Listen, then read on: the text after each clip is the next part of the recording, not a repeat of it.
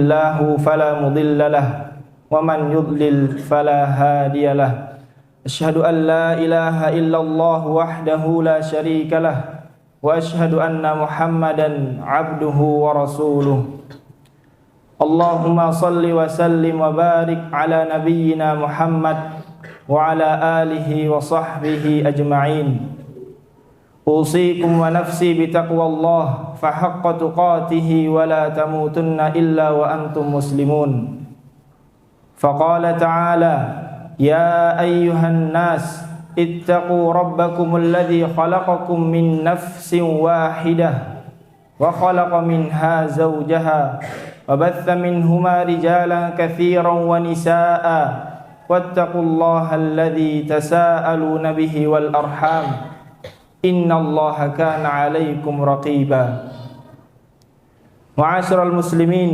rahimani wa rahimakumullah. Seorang hamba tidak akan mampu merealisasikan ibadah dengan sempurna kecuali apabila ibadah tersebut disertai dengan ibadah hati.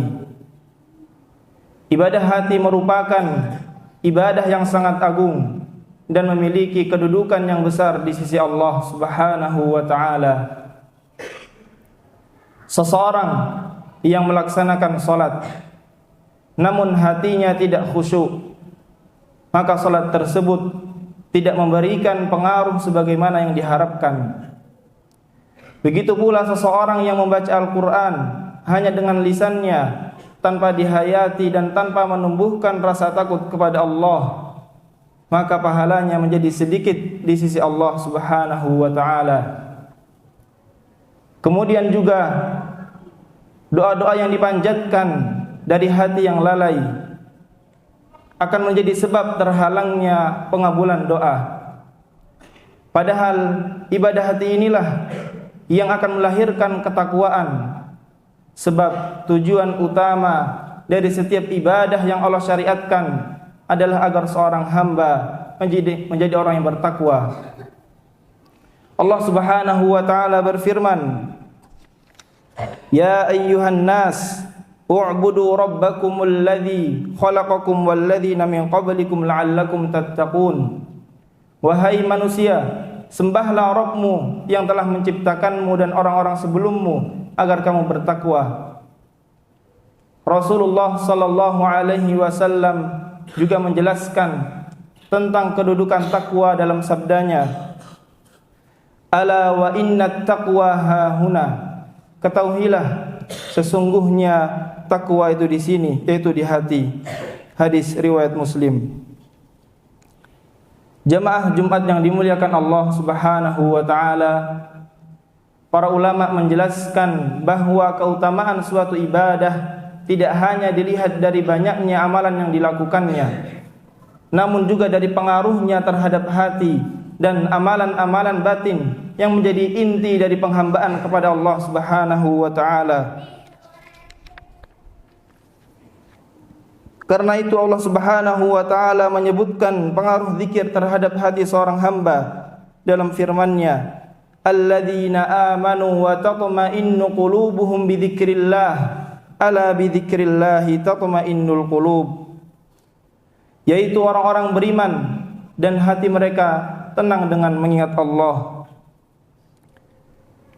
Ayat ini menunjukkan bahwa zikir memiliki pengaruh yang sangat besar kepada hati seorang hamba. Semakin hidup hati dengan mengingat Allah, semakin tumbuh pula ketenangan, kekhusyuan dan kedekatan kepada Rabb-Nya.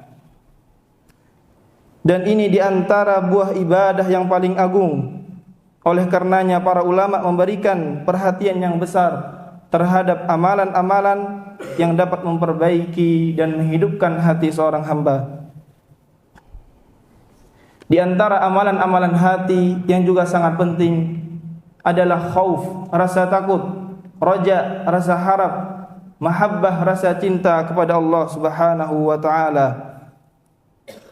Ibadah-ibadah hati ini perlu mendapatkan perhatian yang besar karena pengaruhnya sangat kuat dalam kehidupan seorang muslim. Seseorang yang mencintai Allah akan nampak dari semangatnya dalam menaati perintah-perintahnya dan meninggalkan larangan-larangan serta kemaksiatan. Dan seorang hamba yang mengharapkan karunia dan rahmatnya, maka dia akan senantiasa berusaha meraih ampunan Allah Subhanahu wa ta'ala. Kaum muslimin yang dirahmati Allah, hendaknya kita menumbuhkan rasa cinta kepada Allah Subhanahu wa ta'ala. Cinta tersebut merupakan bukti keyakinan terhadap sifat-sifat Allah yang indah, rahmatnya yang luas, serta rizki dan karunia-Nya yang tidak pernah terputus. Rahmat terbesar yang Allah berikan kepada seorang hamba adalah hidayah. Ketika rasa cinta seseorang sangat kuat dalam hatinya, maka tidak ada kenikmatan yang lebih besar daripada ketaatan kepada Rabb-Nya. Allah Azza wa Jalla memberikan ancaman yang berat kepada orang-orang yang lebih mencintai makhluk atau dunia daripada mencintainya. Allah berfirman, "Qul in kana aba'ukum wa abna'ukum wa ikhwanukum wa azwajukum wa 'ashiratukum wa amwalun iqtaraftumuha wa tijaratun takhshawna kasadaha wa masakinu tardawnaha ahabba ilaykum minallahi wa rasulihi wa jihadin fi sabilihi fatarabbasu hatta ya'tiyallahu bi amrihi wallahu la yahdil qaumal fasiqin." Yang artinya, katakanlah, jika ayah-ayahmu, anak-anakmu, saudara-saudaramu, istri-istrimu, keluargamu, harta kekayaan yang kamu usahakan, perdagangan yang kamu khawatirkan kerugiannya, dan rumah-rumah tempat tinggal yang kamu sukai, itu lebih kamu cintai daripada Allah dan Rasul-Nya dan berjihad di jalannya, maka tunggulah sampai Allah mendatangkan keputusannya, dan Allah tidak memberi petunjuk kepada orang-orang fasik. Surat At-Taubah. Ancaman ini diberikan karena hamba yang mendahulukan cinta selain kepada Allah pada hakikatnya adalah orang yang tidak bersyukur. Allah Azza wa Jalla senantiasa melimpahkan kenikmatan dan memberikannya kesempatan agar ia kembali kepada Rabb-Nya. Dan mencintai Allah adalah kenikmatan yang mulia, sedangkan rasa takut kepadanya adalah kekuatan yang sangat dahsyat dalam kehidupan. Inilah yang disebut surga dunia, sebagaimana perkataan Syekhul Islam. Beliau mengatakan, "Inna fid dunya jannah, man lam yadkhulha lam yadkhul jannatal akhirah." Sesungguhnya di dunia ini ada surga, barang siapa yang tidak pernah masukinya, maka ia tidak masuk surga akhirat.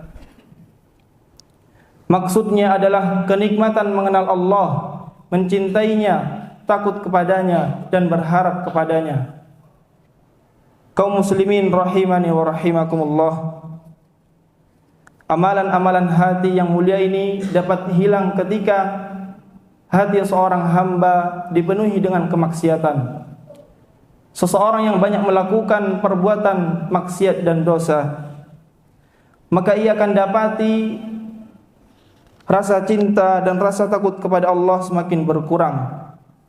Akibatnya, salat yang awalnya terasa ringan menjadi berat. Ketaatan-ketaatan yang dahulu terasa nikmat menjadi sulit untuk dijalankan. Allah Subhanahu wa taala berfirman, "Wa innaha lakabiratun illa 'alal khashi'in." Dan sesungguhnya salat terasa sangat berat kecuali bagi orang-orang yang khusyuk. Kekhusyuan dalam salat tidak mungkin tercapai tanpa adanya rasa takut yang sangat kuat kepada Allah Azza wa Jalla. Para sahabat Nabi sallallahu alaihi wasallam sangat memperhatikan amalan-amalan batin. Imam Hasan Al-Basri rahimahullah menjelaskan bahwa para sahabat tidak diberikan kelebihan hanya karena banyaknya salat ataupun puasa dan amalan-amalan lainnya. Mereka mendapatkan keutamaan karena apa yang ada dalam hati mereka berupa rasa takut yang sangat kuat kepada Allah, rasa cinta kepadanya, rasa harap kepada rahmatnya, keikhlasan, tawakal, serta berbagai amalan-amalan hati lainnya. Aqulu qawli hadha wa astaghfirullah li wa lakum fastaghfiruh innahu huwal ghafurur rahim.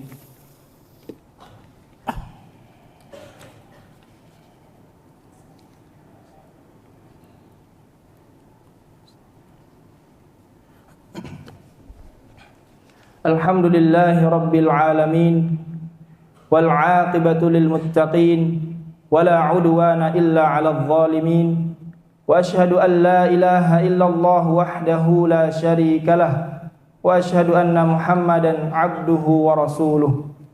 Ibadallah, innallaha wa malaikatahu yusalluna 'alan nabi ya ayyuhalladzina amanu sallu 'alaihi wa sallimu taslima. Allahumma salli ala Muhammad wa ala ali Muhammad kama sallaita ala Ibrahim wa ala ali Ibrahim innaka Hamidum Majid. Wa barik ala Muhammad wa ala ali Muhammad kama barakta ala Ibrahim wa ala ali Ibrahim innaka Hamidum Majid. Allahumma ighfir lil muslimina wal muslimat wal mu'minina wal mu'minat al ahya'i minhum wal amwat innaka sami'un qaribun mujibud da'wah. Allahumma inna nas'aluka al-huda wat-tuqa wal-'afafa wal-ghina. Allahumma ahsin 'aqibatana fil umuri kulliha wa ajirna min khizyid dunya wa 'adzabil akhirah. Rabbana atina fid dunya hasanah wa fil akhirati hasanah wa qina 'adzaban nar.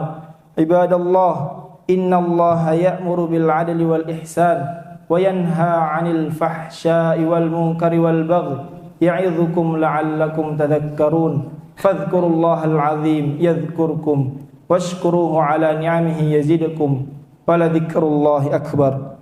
Aqimus shalah.